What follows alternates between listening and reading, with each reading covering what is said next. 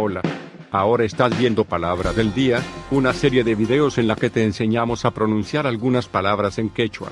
Así que nuestra palabra del día por hoy es Jarawi. Jarawi. Jarawi.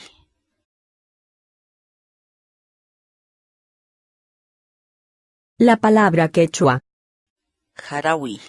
en español significa declamar poemas de todo género.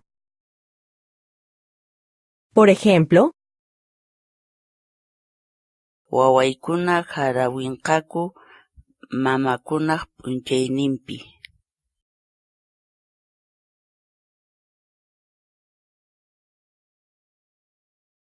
pruebe y descargue nuestros programas de corrección ortográfica en quechua, usando nuestra aplicación web y de escritorio. Dirígete a nuestro sitio web sc.hinantin.com.